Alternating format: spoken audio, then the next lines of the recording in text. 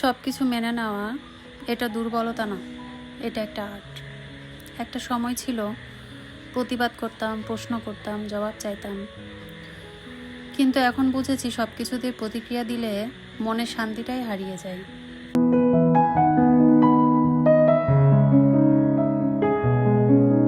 তাই ধীরে ধীরে মেনে নেওয়া শিখে গেছি, কারো জন্য না, নিজের জন্য।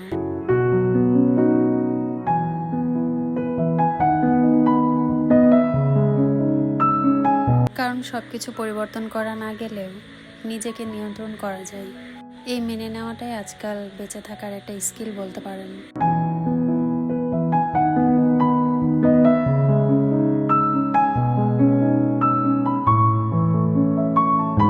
মেনে নিতে সবাই পারে না, কিন্তু একবার শিখে ফেললে দেখবেন আপনার জীবনটা অনেকটাই সহজ হয়ে যাবে। মেনে নেওয়া বলতে মেনে নিয়ে সেখান থেকে সরে যান, কারণ সেখানে থাকলে আপনাকে সেসব আজীবনই মেনে নিয়ে যেতে হবে।